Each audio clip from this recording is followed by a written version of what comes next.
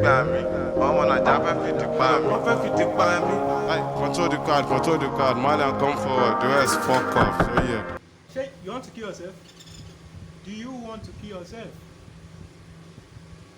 Before you kill yourself, go and get me water. Let me drink. Can't you say I just came back? Can you give me water?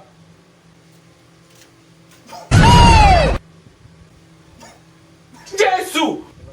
What? Hello, young man. Don't condemn me. But Papa, I cover it. Look at you. Son, I cover it. Son. Update, John.